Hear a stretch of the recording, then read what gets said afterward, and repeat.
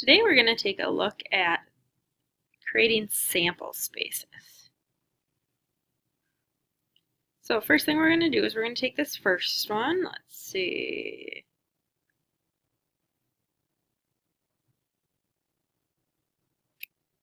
And let's take a look at this first question here. So a fair spinner with numbers 1, 2, 3 on it is spun 3 times. List all the possible outcomes from this experiment.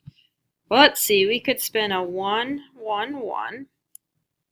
So we have to come up with all of these. Oh my gosh. So let's see all the ones with 2 1s. We could go 1, 1, 2, 1, 2, 1, 2, 1, 1. We could do 1, 1, 3, 1, 3, 1, 3, 1, 1. So I think that's all the ones with 2 1s.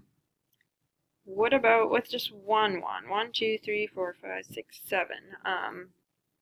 We could do 1, 2, 2, 2, 1, 2, 2, 2, 1.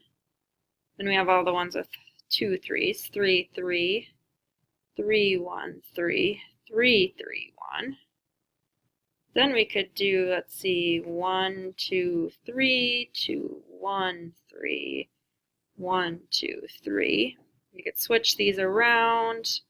Let's see, we did 1, 3, 2, 3, 1, 2, 3, 2, 1.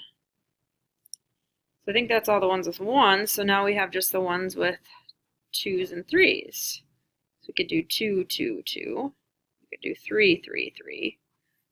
And then we have the combinations. So we could do 2, 3, 3, 3, 2, 3, 3, 3, 2.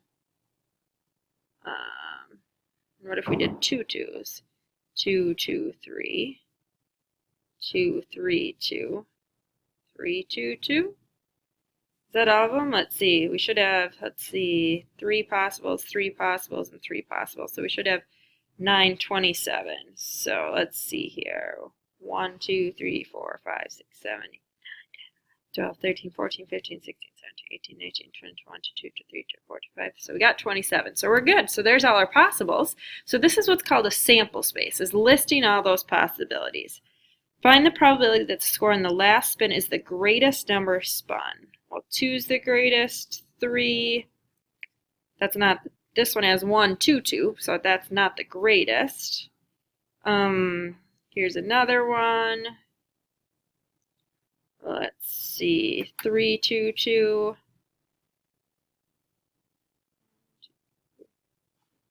So we got 6 out of the 27. So let's see if we can take a look at another one of these with sample space. So the next one here.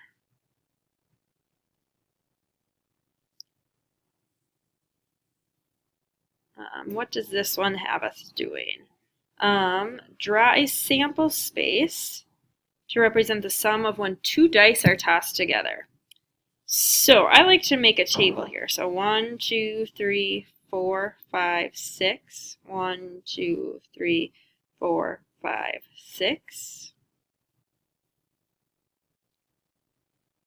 To represent the sums. So if we were to have the sums here, so this would be 2, 3, 4, 5, 6, 7, 3, 4, 6, 7, 8.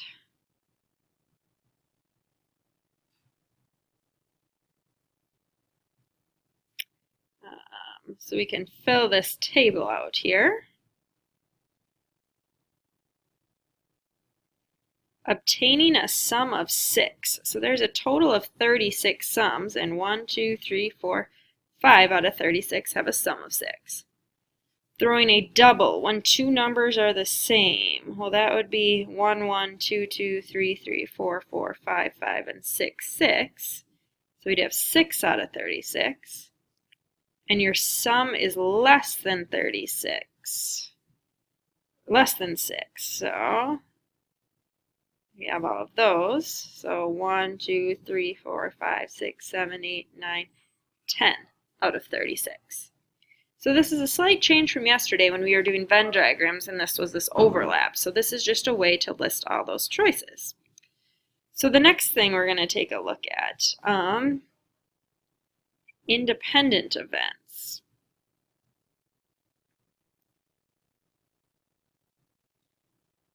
So, two events are independent if the occurrence of one does not affect the occurrence of the other. So kind of like if you were to flip a coin and roll a dice, those things are independent. So see if you can come up with your version of how to say this, maybe some examples. And then let's have you replay the video. So again, I said like independent, like flip coin and roll die. Those would be independent events. And the probability of these independent events, A and B, if they're independent, you multiply them. So the probability of A times the probability of B. So what we're going to do is we're going to take a look at one problem here. Let's see. So we're going to take this last one here.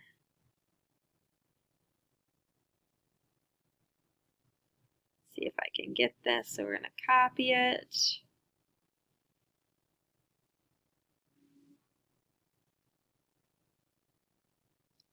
All right, so we have a bag of marbles containing 3 red and 2 white. Another bag contains 1 red and 1 white. A ball is selected at random. Find the probability that both balls are red. So both balls that are red. And so these are independent because as we said up here, it doesn't affect the other. So the probability that both are red. The first bag, it's 3 out of 5. Times the second bag is 1 out of 5. So if we multiply these together, we have 3 out of 25. So let's see, the balls are different colors. So we could either draw a red one, then a white one, or a white one and a red one. So our probability of a red one out of the first bag would be 3 out of 5. Times the probability of the white one would be 4 out of 5. Or we're going to add, or if we drew a white one first, that would be 2 out of 5, times a red, 1 out of 5.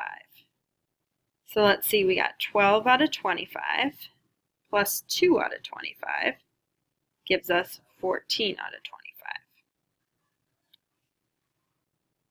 And at least one ball is white. So what could we have? We could draw a red then a white, or a white then a red, or we could draw 2 whites. So here's all of our possibilities. I got one. Thank you. So a red and a white. Let's see, a red would be 3 out of 5. The white from the second bag would be 4 out of 5. A white first would be, let's see, 2 out of 5. A red from the second bag would be 1 out of 5. Plus a white, so we could have 2 out of 5 times 4 out of 5. So if we add these together, we got 12 out of 25 plus 2 out of 25 plus 2 times 4, we got 8 out of 25. So if we add these together right now, let's see, 12, 14, so we'd have 22 out of 25.